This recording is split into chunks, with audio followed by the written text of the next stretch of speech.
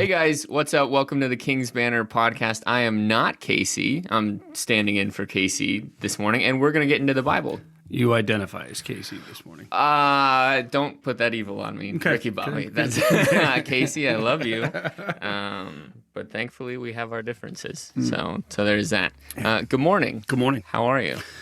Tired. We don't normally do a podcast in the morning, but it's happening today. Oh, not really? And okay.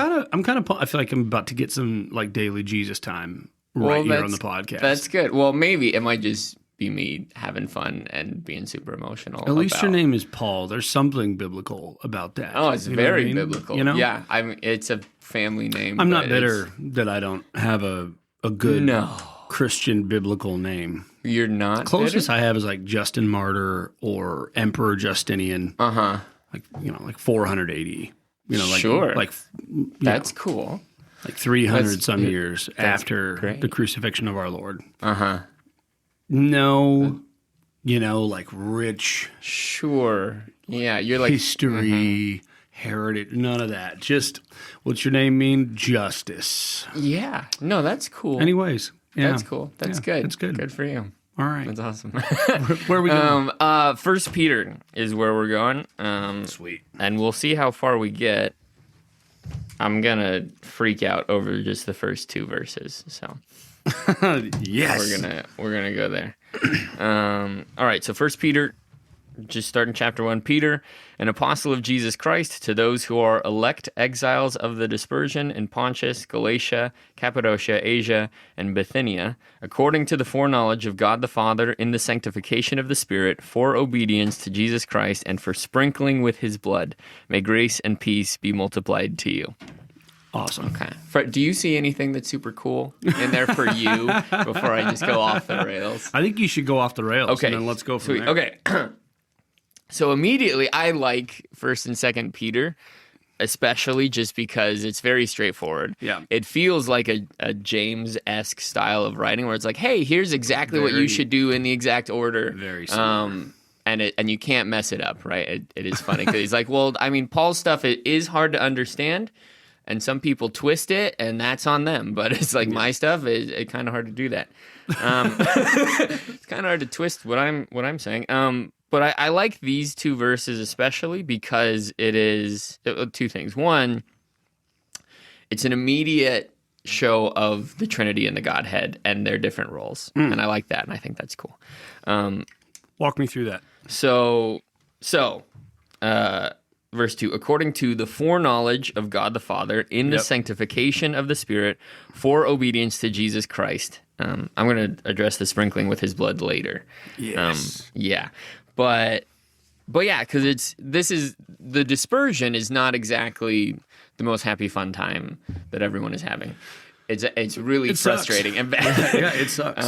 It's not the best situation, but it's according to the foreknowledge of the Father, and I think that's cool because that's already telling you a little bit about like, hey, this is the role that the Father plays. Embrace the suck. This was not an accident. Right, exactly. Yeah. And it's not just the foreknowledge, it's also in the sanctification of the Spirit. Like there's something happen. It's not just, oh yeah, God knew that was going to happen. Yeah. Good luck, guys. That's so already in this passage you have the Father electing unto salvation. Yeah. According to his foreknowledge, Wow. you have the Son justifying, and you have the Spirit sanctifying and bringing it about. It's like, look at that. I did talk to somebody this week who literally was like, I'm really struggling with, so something really cool about our church right now is like 50% of the people there are like brand new to church, man. Yes. Yeah. Like brand new. Yeah. Working through stuff, figuring it out. And he's a good friend, man. And he was telling me, he's like, I'm really trying to understand the whole Trinity thing. Yes. It's freaking me out a little bit. Yeah. And I'm like, look, what the first thing you need to know is it's just everywhere in the Bible. Yes, like you really can't read through the first two verses of First Peter with that's really interesting. Seems to be a Trinitarian formula at the very beginning of this. Must have pissed off the Jewish people immediately with this Peter pissing off the Jews? Yeah, normally he's warming up to them. You know what I mean? So, sometimes. Okay, keep going. I got stuff I want to like look at here that pertains to this. But, I mean, so then for obedience to Jesus Christ, where it's also there's action on your part. Yeah. to do it. It's not just those things. And then, so for sprinkling with his blood. Yeah. I'm a huge, how do I say, I love blood. I think it's super amazing. I think it's cool. You're what is that, a sanguinist? What is that? Kind of. So it's like, but you know how you have mentioned, in lots of your teachings, how words add to their meaning, to their weight as they go through the canon. Yes. And blood, and especially, he could have said a lot of words like about the blood, but it's the sprinkling of the blood. Specifically. Yes. What's what do you know the history of this? Yeah. I mean, a little bit. Okay. I think I do. Yeah. But you have the sprinkling of the blood over like the mercy seat. Yes. Right? Yeah. No. For atonement, like they would literally, kill the lamb and they're spreading the blood over the sheet. But even farther back in Exodus. Yes. No, that's exactly. Okay. Yes. Okay. Yeah, that's where I'm going. There's this picture of Moses. And it says he sprinkled the entire congregation at the time with blood. Yes. We're talking about, 100,000 people, if not more. I mean, I don't know what kind of bloodbath that was, but it was messy. Oh no, totally. It is a huge mess, right? Because so my Bible, a little footnote for sprinkling with his blood goes to Hebrews, which is great. Fine, totally love Hebrews. Great, definitely an element there of sprinkling of blood, specifically Jesus' blood. Yeah, but I don't see that. I read it and I go to Exodus. Yeah. That, and especially like the high priest, the sacrificial system and how it works, but it's being sprinkled with Jesus' blood. Because currently in this covenant, I am the temple and the sacrifice, and to some element, the priest. Yeah. I'm not the high priest, but I'm in the royal priesthood of Jesus. Yeah. And I think that's super cool. I've thought about getting like a blood smear tattoo on my right earlobe and my right thumb. Not and my as right like a toe. blood teardrop under your eye or something? No, but like that imagery and that symbolism. Now, I can't get it tattooed. The blood splatters all over my clothes, right? Because that's definitely in there too. Not just the people, but like the priests. Like they're getting sprinkled with blood, and that's actually the part that makes it holy. That's what makes it consecrated. Yeah. Yeah. And so then now I'm being sprinkled with Jesus's blood, right? For sprinkling with his blood. That's why all this is set up. And it has something to do with obedience. Yes. Right? Yeah. There's some reality where it's like if you were elected by the Father, right? If you are sanctified by the Son, and then sanctified by the Spirit, you know what I mean? Yep. And covered by the blood of the Son, there's this picture of like, as you obey, that blood is covering you. Yes. You know what I mean? Which I think is kind of important. There's some covenantal picture 100%. There. Can I tell you what stands out to me that I think is really cool? Yeah. Okay. Go. I think about here the idea in the beginning of the Bible of the seed in Genesis 3. Okay, so you have the seed of the woman in Genesis 3 that is going to crush the serpent's head. It's going to bruise his heel. This later becomes the seed of Abraham. You know what I mean? It becomes the seed of Jesse, the seed of David. Like, this picture of the seed. The whole line. Singular. Yes. Singular throughout the story. Yep. All right. So when people say like the seed of Abraham, they're thinking the entire offspring of Abraham. They're thinking like this. No, like the specific. No, the item, the seed. Yes. Yeah. But what Jesus? Just so we're clear. Yeah. Okay. No, thank you. But what? Kind of a big deal. What's cool though is later on this word diaspora. Yes. Do you know what it means? No. Okay. It means the spreading of the seed. Okay. It's literally like taking seed and throwing it out. Like it's the spreading of the seed everywhere. So when you think about diaspora, you have the seed that when he gives his life, right? And he even says this, unless a seed goes into the earth and dies, you know what I mean? It can't come back. Yes, yeah. So you have this picture here of him saying like what the singular seed and what it was has now become a spreading of the seed across the entire earth. So even like the promise you have in the beginning of what the seed would do has now become many seeds that is spread all over the place. So when he's like, I got NASB. What you got? ESV? Yeah, I got ESV. So NASB to those who reside as aliens, scattered throughout Pontus, Galatia, Cappadocia, Asia, Bithynia. Like, he's literally talking about just the seed going everywhere. Yeah. And I just think that's the coolest picture of like the amplification of the person of Christ now being spread to the world according to the Father's will, under the blood of the Son, by the work of the Spirit in the individual. I'm like, there's so much here that is like just thick with prophetic language of what God would do and how he would do it. Yes. And to somebody who doesn't, pick up on that, how one word becomes something massive, absolutely. You think he's just saying to the people scattered abroad. And it's like, actually, being scattered abroad as seed, when you consider what the original seed means, you were part of something really cool and you're being planted as an ambassador of Christ wherever he decided to send you into the garden that is his world that he's taking back for his kingdom. Yeah. Which is just like, I don't know, man. I feel like that's so freaking super cool. Yeah. Right. Yeah. And what I love kind of about the Bible in general is you don't have to know all that to get the good stuff. Because like realistically, the point of this is to those who are exiles according to the foreknowledge of God the Father in the sanctification of the Spirit for obedience to Jesus. And like that's it. And that's good enough. But it's those special those little tidbits, It's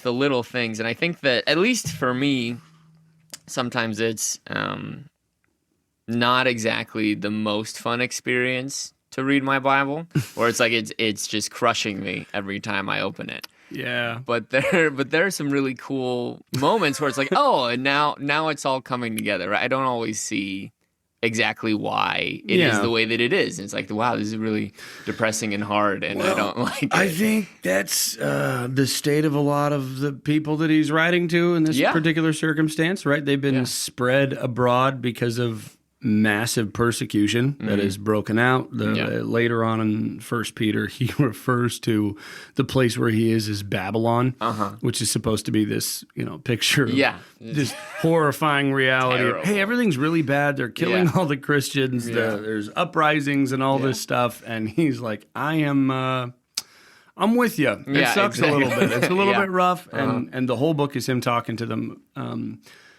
on the topic of dealing with difficulty, getting punished for doing the right things, frustrating circumstances, all this stuff happening. And he starts out the book with, wherever you find yourself, I want you to know God put you there. Yeah, exactly. This was part of his plan. You're part of the scattered seed, wherever you find yourself, whatever you're going through, all those negative circumstances you can't stand, on purpose. Yes. This is according to the foreknowledge of God. Yeah. And God is using this to display Christ and what he represents to the world in your walking with the Spirit so that you would obey Jesus. And what is, the whole picture of Christ, right, is I want to obey the Father. I want to give my life willingly for the joy set before him. He endures the cross, and Peter is pulling on all of this language and picture to help people who are like, why am I going through this? To be like, because this is what God wanted. Yeah, exactly. I think there's just a reality to it where you get to breathe out and remember that whatever you're going through, you know what I mean? If you're walking with Christ, like, this is a good thing. Yeah. And it may not always feel good. It may not always feel special, but your life is not your own. Right. You were bought with a price. And if your goal in this life, you know what I mean, is things are going to be great, I'm going to have a good time, nothing's going to go wrong, or at least the least amount that I can manage in my life, you're going to hit a lot of branches and wonder why I keep hitting these branches. And Peter just comes in with hey, embrace the suck. Yes. This is part of it. And that's, I know that's near and dear to your heart. Yes, Paul, that's another reason that I like this quite a bit. But I feel like, especially in this season of my life at least, that it's extra special. Because I feel like that's happening to me, to my family, where it's like, we're in Tyler. A year and a half ago, wouldn't have picked this. Yeah. Or known that you were going to be here. Right. Yeah. Exactly. Where it's like, to your point, is like, I'm not going to get out of this clean. Yeah. At the very least. Only by the blood. Right, yeah. And even then, that's a mess. It's like the blood is messy. Right, yeah. Whereas like is one of my favorite songs. I think I sent it to you. Do you think there was somebody in the camp who was like, 3 days, still got the blood on him? Yeah. They're like, please wash it off. He's like, no, it makes me clean. Am I still clean? Right. Sorry, back to Exodus. Keep going. No, you're totally good. You're totally good. Whereas like, yeah, it's the blood that is made, the blood that was once condemning you is now actually what makes you clean. Yeah. That it's the redemption of Jesus' blood is on your hands from the beginning of your life to the end of your life. Yeah. That part actually doesn't really change. Yeah. What changes is your relationship to that blood, which I think is super cool. Yeah. Even the work of the Spirit in John 14, right? Is to convict the world of sin, righteousness, and judgment. And it's like, which one would you like to be pointed at you? Right, yeah. Right? Exactly. Yeah, but you were talking about it, kind of being in this scenario where we've been scattered abroad. Uh-huh. And I think that's important, man, because I think look, just being honest with you, where we are even here down in Texas, you talk to people about planting churches, and I feel like it's almost a foreign idea. Why would you go and do something like that? Yeah. Yeah. And I think that's kind of the point of the seed, is for it to get scattered and plant it. Like what? Yeah. If you guys aren't familiar with why church planting, why we call it planting, I've had a couple. There's been a weird world. People ask me about that too. Talking to people about planting. Why are you planting? What do you mean? Why don't you say founding? Right, exactly. Expanding. It's like, right. It's deeply biblical language because the diaspora means we're being spread out, we're being planted, and we're doing something in the area that we now find ourselves. And here's what I know about plants. They need a lot, and it's not an easy thing to garden, okay? Yeah. So that's just throwing that out there. No, I mean, I think the most recent podcast that came out was the one that you were talking about, the sower and the seeds and how to grow fruit and so, all that stuff. So it's on point. It's on for exactly what you're doing. I also like the word aliens. To those who reside as aliens scattered throughout these different areas. Uh-huh. I mean, what do you think of when you think about that word? I think of Martians. Yeah. That's what I think of aliens. But in this context, again, even like this is foreigners. Yeah. This is someone not supposed to be here. Outsider. Not a part of whatever community that community is. Yeah. And kind of not exactly conforming either. Yeah. It's like there's a little bit of that, but not to like up to this point, there's not a lot of mixing going on. Yeah. Well, I think when I read this, you have some people who have been scattered abroad, like we're talking about, because of persecution. Oh, yeah. Breaking out. Yeah. Nero is killing people. It's rough. Yeah. There's I think I'd have to pop open a commentary. I think that the dates for this are something like between 60 and 68 AD. Yeah, probably. Right? Yeah, when because he dies under Nero's persecution. Yes. Theoretically, Peter does. Yeah. And so you have all this stuff going on. Mm-hmm. But there's a bunch of these people in these different areas who have gotten saved, who have joined the communities. And I mean, there's not a lot of like deep Jewish roots in Pontus, Galatia. Yeah. Exactly. Just the name alone. Yeah, you're like, I'm pretty sure there wasn't like a whole nother temple there. Anyway, so I think he's pointing at something that's deeper and important, which is like, hey, if you've been saved, you're an alien now. Right. You are going to be different. And a lot of the reasons for the persecution that they were dealing with is because they stopped like ritualistic sexual practices. Mm-hmm. They stopped giving incense to Caesar. They stopped doing all this stuff that other people would have celebrated. And it turns out when you quit sinning with sinners, they get mad at you. It does, you know what I mean? Like they start going through all the stuff that they're going through precisely because they're not acting like everybody else. Yes. Did you ever see... was it the second Guardians of the Galaxy? I'm so sorry. I'm bringing up a nerdy film here. No, we're on this Marvel kick right now. Cool. So let's do it. I've seen it. This guy's supposed to be like a god of another planet. Yes, you know what I mean? Yeah. And he plants one plant here in Earth. You know what I'm talking about? Yes. I don't know the story. Well, I watched it one time. And I was like, that's kind of like the gospel. But that's... yes. The point, he's looking for a child, essentially. But yes, it's actually very Christological. It's messed up. But yes, he is looking to plant his seed in a planet for the purpose of an heir. So he like plants this one plant and it takes root, right? Yes. And is actually working. Yep. And then the goal is to like the planet then becomes his in some capacity. Yep, exactly. And I think about that. I'm like, that's kind of the picture is like you are now an alien plant in foreign soil. Yeah. And the goal is to be able to take root and then like actually spread the thing until it represents something different than what it did before. It becomes fully under the control of this particular, and I'm like, this is like a profane, weird version for you disgusting. Guys. But actually the picture of Jesus coming and planting his heels in the dirt, being 100%. born of a woman, Yes. truly man, truly God. Yeah. And then, you know what I mean? Him doing his work and the seed going forth to all, like, I feel like it's this perfect picture. So if you've been born again, if you're, according to the foreknowledge of the Father, the sprinkling of the blood from Christ, and then you have, according to the Spirit, he's literally like, you are, you're an alien, you are from another planet now, bro. You are, I mean, something really transcendent, and maybe the best description of transcendent is inhuman. Yeah. And I don't mean like in a moral sense. I mean like you are other than. Right. Not the same nature. You've been disconnected from the lineage and heritage of the people you were with, and you have fully become something else entirely. He's like, hey, fellow Martians. Yes. No, it's this transformative. This is our new world. Yes, yeah. It is crazy. And to your point of, even though it is alien, that is actually then the biggest and best community that you are a part of. Because, then as soon as you stop doing those other things, no one else wants anything to do with you. And it is that multiplication process, which is why that last little line, may grace and peace be multiplied to you. Another word. He could have said added.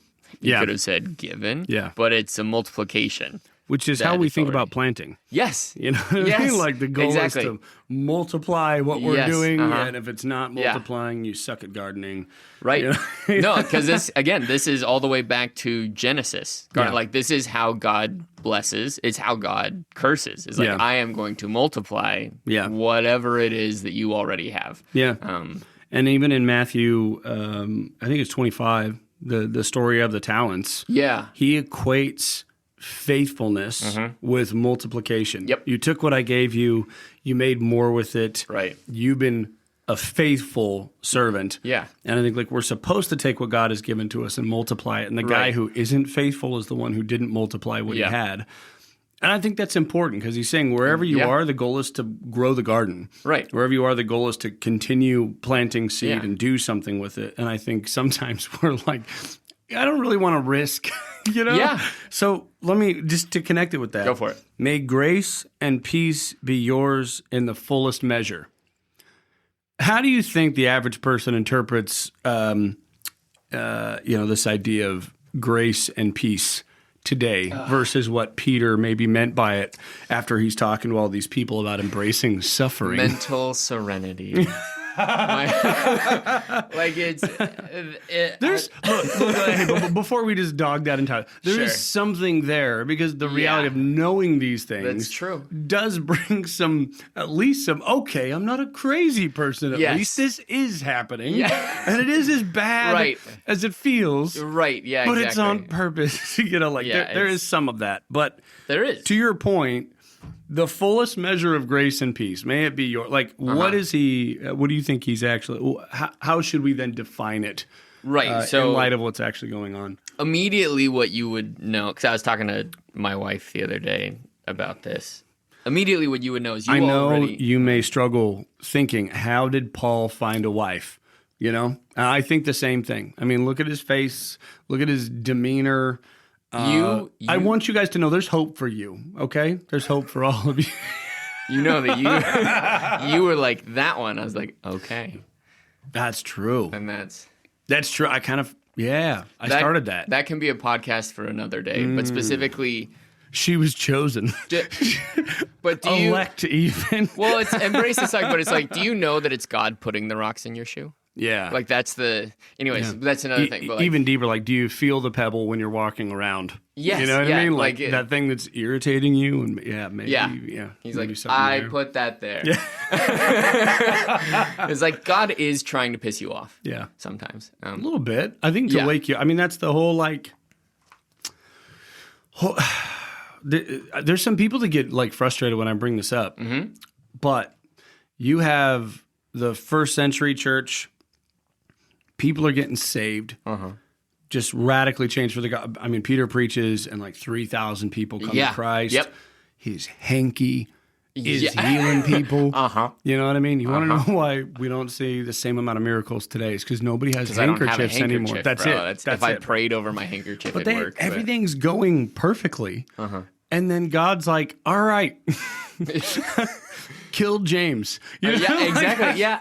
It's like, I think we're done here. Like, wow, that's sketchy. But it's this persecution that actually gets them to do the stuff that they're supposed to. Because he told them, I want you to take the gospel out, right? It's supposed to sequentially, like, work its way onward. Yeah. Judea, Samaria, all the ends of the earth. I think the word there is like, I think it is like apocalypsis or a variation of it, which means the unveiling, like places you don't even know about.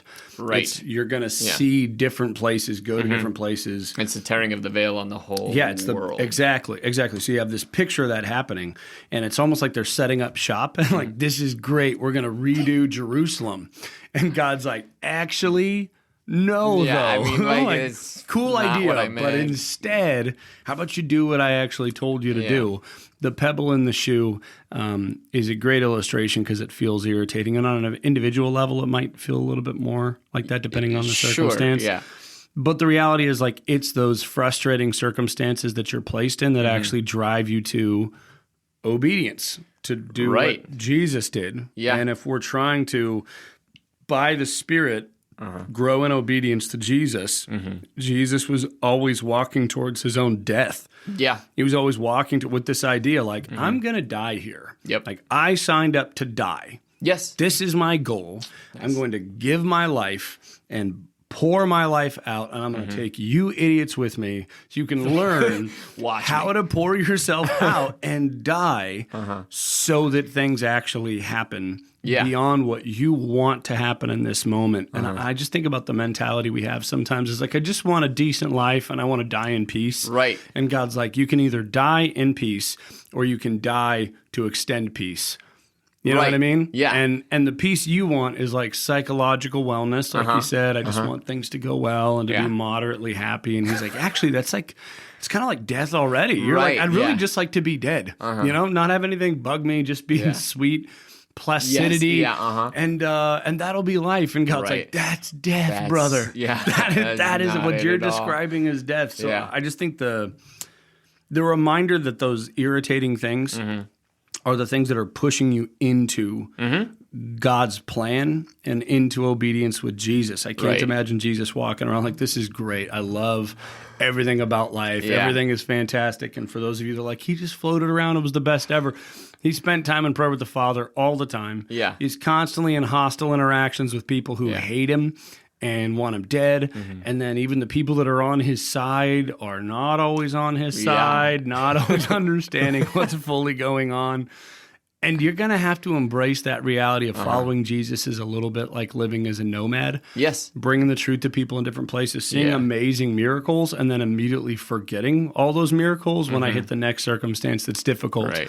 And so I hope that brings a little bit of encouragement to anybody who is in the thick of it now. Yeah. You know what I mean? Like, brother, right. It's good to die. Like, it's good to actually die to the idea of what you whatever American dream you have or whatever. I just think and I hate saying it because it's like it sucks, but I think a lot of maybe this uses a qualifier, but like American Christianity a little bit has got in bed with the idea of dog, truck, land, guns, peace, fishing, my wife, my kids. Right, because if great. I add this, if I add this, if I add this, and that's not... Well, not just that, but everything you're adding, you believe is a part of the fence that's providing peace for you. And everyone's explanation of peace sounds eerily like avoiding everyone else and just having the couple things that I want so I don't have to talk to, find myself in any difficulty. Right. I'll be fine. Yeah. I'll leave my castle, you know what I mean? Right. And then I'll interact in as genuine as a way that I can. And I'm going to come back and I'm going to hide out, and this is where it's at. And I think God is like, I'm going to destroy all of your walls, and I'm gonna send you into some places that are going to be uncomfortable. And we got a lot of people like Jonah. I don't want to be planted. I don't want to plant. I don't want to suffer. I would love the blood to cover me as long as I have a hazmat suit on so it doesn't get on my skin and get in my hair and make things uncomfortable and, gross. You know what I mean? Yucky. Jesus blood. Yeah. I just think there's this reality there that obedience to Jesus looks different than how I think a lot of people frame Christianity today. Is more like a shirt you wear that represents the morals that you have. Right. Not, I am an alien here. Sent by God. Dude, I'm not Mormon, I promise. Yeah, it's like, I'm going to plant flags of truth and righteousness and declare by the Spirit sin, righteousness, and judgment to a world that is foreign and hates that and will actually be really upset with me. Yes. You know what I mean? For bringing those things to the table. So no, I think that's good, because it is something that you already have. Thus, the multiplication language. Yeah, it's grace and peace be multiplied. It's exactly what you said. The talents. It's like you have it. You can theoretically not use it. Yeah, that is an option. Yeah, and then you can do whatever else you want to do because you're afraid of God doing this or not trusting Him with that. Yeah, or whatever. It's like at the very least you could have put it in the bank. Yeah. It's like you could have given it to the government. Yeah. And that would have been fine. Don't do that. Don't do that. It's a mistake.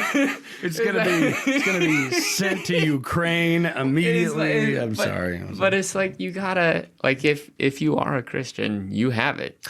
It's given you. He can multiply it. And I just think the question is, for what? Right. Grace, peace, the sprinkling of the blood. Yeah. For what? What is it for? For obedience to Jesus Christ. Yeah. I think most people are like, thank you, Peter, for being clear. Good. I have these things now. Great. This is great. This is great. I have grace. I got peace. I got land. Christianity is awesome. It's like, man, it's just cash that check, baby. And again, the wicked servant is the one who's like, I got it and I buried it. I got him. Yeah. Anytime you need, literally nailed it. Yeah. And I think God gives these things for the purposes that He wants to bring about. One of the, there's this big argument about the baptism of the Spirit. Okay. Yeah. You have, is it like something, every Pentecostal is going to be like, you receive Christ, and then afterwards there's a secondary baptism of the Spirit. Yeah. But the thing is, throughout the New Testament especially, you see multiple baptisms of the Spirit or fillings of the Spirit. I was overwhelmed by it, immersed in it, whatever. Those always happen right before a ton of evangelism. Yes. Those always happen right before somebody is sent out, somebody is walking in a greater level of obedience. Yeah. God gives so that it would be spent. Right. God gives you something so that you would go out and do something with it. Yeah. And I think a lot of people are like, what baptism of the Spirit is for?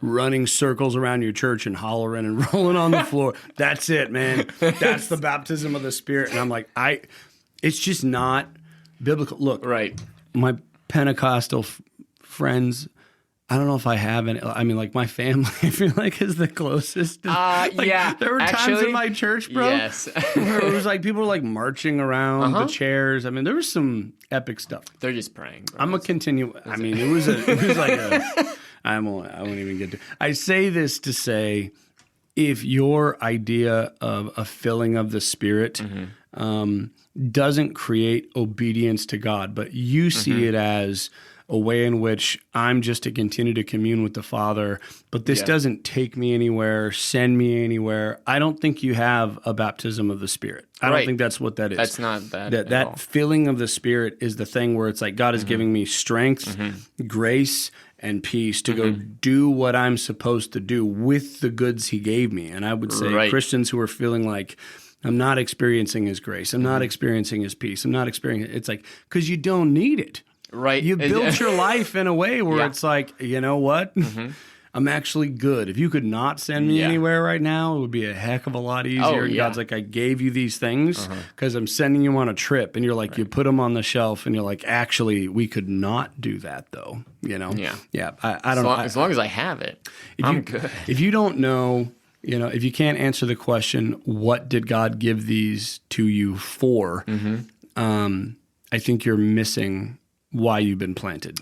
Absolutely. Yeah. Yeah. No, as my wife was saying, if people knew the truth about Christianity, no one would ever do it. They would run no for one their would life. ever do it. Yeah. It's like, because there's an element of like, yes, that it's so beautiful, so terrifying. And it's like, but it's not done. It's like, this is actually a lot bigger of an undertaking than you can carry.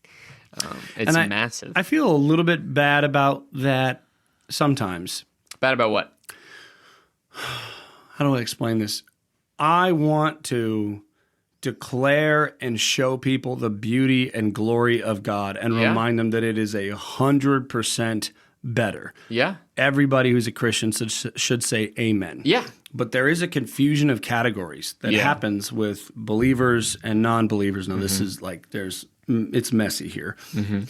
But oftentimes, when you're talking about the goodness of God and His mercy and grace, and this is better, somebody has a category of what better means in their mind and can say yes to Jesus in some real ways. I'm actually placing my faith in Him. I want His forgiveness. I know I'm a sinner, like real salvation. Yes. And still, like Jeremiah, be like, I said yes to all of this. You said you were going to use me as a mouthpiece to the nations. Yeah. I got pumped. And now I'm just getting beat up all the time. Like, was this... Yeah. Was this the blessing you were talking about? Deal. Like, I thought, I mean, you gave me like power to speak your word and do all these things, and it just keeps going south, you know? Yes. And then I'm telling them what's going to happen, and then it happens, and they get more mad at me. Like somehow it's my fault that I said this would happen, and now it is. And like, I think there's a reality where when you come to Christ, I think there's a lot of people who have defined blessing, grace, peace, all these words the Bible uses in a non-Christian framework. They've taken this baggage from the worldly, you know, I guess dialectic is the word I was thinking, but I just mean the language that the world is using, and they're equivocating with what the Bible means in those moments. And so then when you, let's say, pass over, your old self dies, your new self begins, you're still bringing this idea with you. And I think some people are trying to get sinful joy out of their walk with Christ and are wondering why the song doesn't slap the way that it used to. You know? That's like, so real. Like, it's just like, I don't understand, like, how come, you know what I mean? Like, it doesn't feel, taste, you know, the way that I thought it would. And it's like, because you still have some appetites for the wrong things, and now God giving you those things would actually be Him giving you the outcomes of sin, rather than like the goodness of God. You have to change your appetite, redefine a lot of language, and totally reorient yourself to what you're doing and what the goal actually is. Yeah, and like you said, sometimes it's hard because you watch people come to Christ, and it's like they're why does this suck? Why is this so frustrating? Why is this difficult? I thought this. Yeah. And I don't want to be, you thought wrong, Bob. You know? And I think some of this is why Peter is writing this letter to remind them, like, hey, you haven't been bamboozled. It's not that you're doing it wrong. You're not under a curse. Nothing's as if something broken. Strange were happening to you. Don't be alarmed. It doesn't mean or nothing's broken that wasn't supposed to be broken. Right. No, it's definitely broken. But But I think there's a reality there where we have to be, I think, a little more bracing with our our communication around what Christianity is going to look like if somebody's actually going to take that step. And I think sometimes we're selling to people, whether intentionally or unintentionally, a superficial version of Christianity that does not encompass the, okay, you're going to die. Yeah. And you're going to be born again into a different life. And let me tell you, you're going to lose friends. You're probably going to lose family. You might lose your job. You might get sent places you don't want to go. Yeah. You're going to be in a new family with a bunch of people that you don't know and maybe don't connect with in the same ways. And also, you don't get to eat Oreos and burgers and doom scroll. You know what I mean? And I say that to say the goodness of God is not going to look like dopamine. Right. You know what I mean? It's a different reality, and you're learning to eat some different things than you did before. Yes. And that can be really hard. It is hard for the average individual. And I think if we don't explain to them, hey, obedience to Jesus, you know why you're given the Holy Spirit? Because it's going to be hard, and you're going to need that grace and peace. Yeah. Or like you're going to crumble. You're not going to be able to multiply anything. And I wish there was a better way to call somebody into that. Well, you know what I mean? Like where you're like, I just wish sometimes I could touch somebody's head by osmosis, you know, and just give them the information, just like, here, take this, and they just, oh, I get it. Oh, okay, I get it. You know, there's layers to this thing. Sure, yeah. And I think there's a lot of superficial salvations where people have bought this idea that if I trust in Jesus, everything's going to be great and totally fine. And it's like, yes, true. Define great and fine, you know, to actually achieve those things. Right. But, what does that mean? It's Jesus' question, do you want to be healed? It's like, do you want to be healed? Do you know what that means? And also what I've thought about is in the crowd, like his disciples are saying, everybody's touching you, Jesus. But why do you say, who's touching me? It's like, because someone's using my power right now.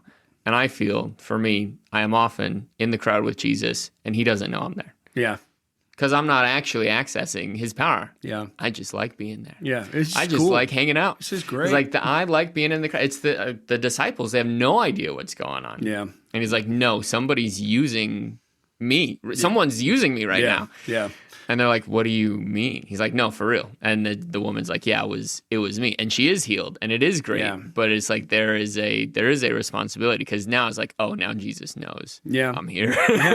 Yeah. So and not just that, but like, okay, what does take the pool of the Bethesda, like you brought up? Yeah. Guy's been, what is it, 38 years? Yes, it's about 40 years. Paralyzed. Yeah. Now you got to get a job. Yes, yeah, there's responsibility. Now you got to like contribute to society and be a part of what, you know. And anybody who's done any kind of homeless ministry before knows that a lot of people who are vagabonds, who are living a homeless life, who are just, you know, I have government funds that I've tapped into. You know, I have this place I go to for food and this place. Yeah.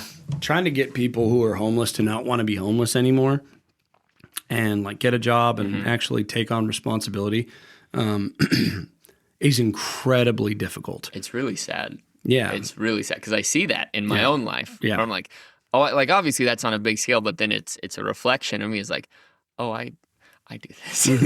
Yeah. It's like I do this, and it's like just how heartbreaking it is, like, because there are people around me trying to do the same thing. They're trying to get me like, hey, Paul, wake up. There's a lot of cool stuff going on that you could do. Like, no, I'm okay just doing my thing. Just making my paycheck, go home, and I don't want to do any ministry stuff. That sounds exhausting. I love it, too, because he says, when Jesus saw him lying there and knew that he had already been a long time in that condition, he said to him, do you wish to get well? And the sick man answered, Sir, I have no man to put me in the pool when the water is stirred up, but while I'm coming, others step down before me. He doesn't even answer with, yes, I want to get well. He's so addicted to his feelings of victimization and frustration that when healing is standing in front of him, he's still upset and just blaming other people for his circumstance. It's a weird interpretation of the question, because what this isn't explicitly stated. The layman is like, oh, he's accusing me. Like, do you even want to be healed? He's like, don't talk. These guys get in. I don't even have a chance to get healed. It's like, that's what a lot of That's what I do. Answer the question. Is like, Jesus is like, hey, do you want to get healed? He's like, hey, Jesus, I'm trying. And he's like, you can't heal you. Yeah. Shut up. Yeah. Like, just stop trying to tell me that you get healed this way, that this is how it goes. It's like, I can do it. Do you want me to do it? I think it's the same. I think it's the same kind of reversal. Jesus is saying, do you want this? And he's saying, yes, this is what it should look like. Right. I would like to do this. I will Absolutely. get into the pool. Yeah. Somebody will help me there when this particular thing happens. And that's how it's supposed to go, Jesus. Yeah, exactly. But I can't make it happen that way. And he's like, your life's actually not going to be like that. Yeah. I'm just going to do this instead. Right. You can't do that. That's not, Who made the pool? Right. Why is it cool? Yeah. And I think that's again just what I'm getting back to with our Christian life. We have an idea of how we think God's going to do things. And I just think he's going to do some things differently. But the whole idea of, look, sanctification, obedience to Jesus, sprinkling with the blood, and grace and peace being yours in the fullest measure, all go together in this idea that, like, whatever God is taking you through, it's on purpose, but also, like, buckle up and realize that this is a good thing to not live like the world in this form of death that seeks placidity above all else, that wants to not be bothered and everything just to go well, and even in the others, we get to heaven, right? Yep. You hit the other side. I don't think that's going to look the way that we think it's going to look either. We have descriptions of what's going on.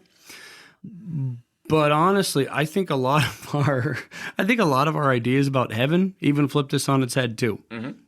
I'm going to get to heaven and it's going to be like watermelon and flying and there's mansions. It's going to be just like Hawaii. Exactly. A and it's like everybody's happy all the time. I'm like, so I don't know if you know this, but actually you get bored of that pretty quick.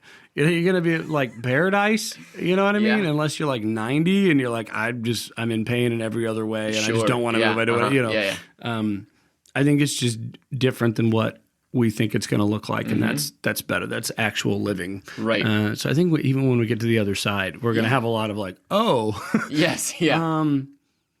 So not my sinful appetites being fulfilled then. Okay, good. No, got it. Like the Garden of Eden, that was not a vacation. Yeah. That was 100%. Hey, you're going to work this super cool thing, and it's going to be great. You name all these animals. We're going to have a great time. We're going to hang out. I'm going to give you a wife. Yeah. Isn't that cool? Like, every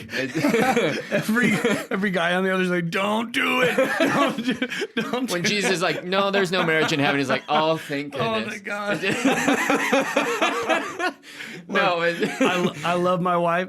She would have laughed at that joke, too. I'm just saying. Yeah, but it is going to be, it's different.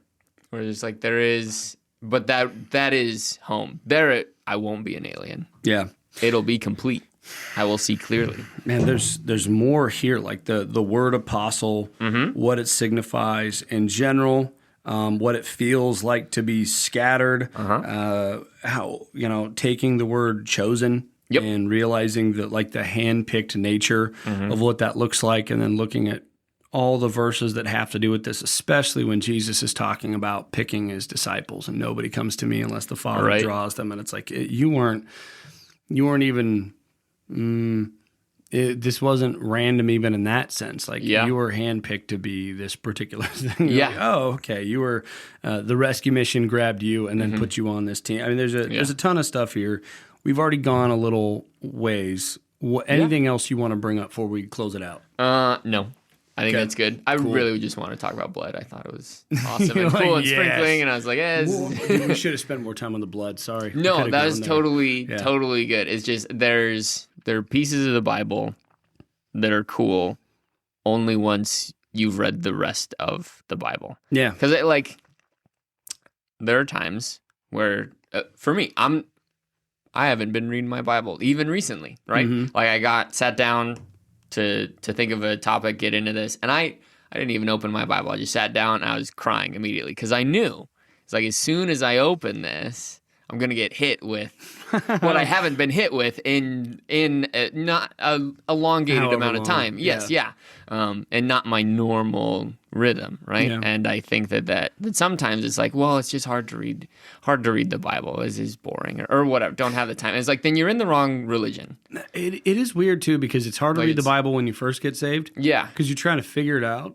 Yes. No, it's hard also in a a little sense, bit hard, when you've been doing it for a while, because you realize if I step into this pool, I'm going to go 60 feet down if I'm actually paying attention. Yep. And it's disorienting a little bit. You're like, man, there's a lot there. This is really cool. Also, like, it just keeps going. I'd like to hit the ground floor at some point. Yeah, not going to happen. No, so, never. Right on. Well, I enjoyed the study this morning, man. Cool. Thanks for jumping into it with me. Yeah. And I hope the rest of you will go back and read the rest of 1 Peter. And I hope that your feet don't hit the ground. And it's awesome. Amen. Have a great week.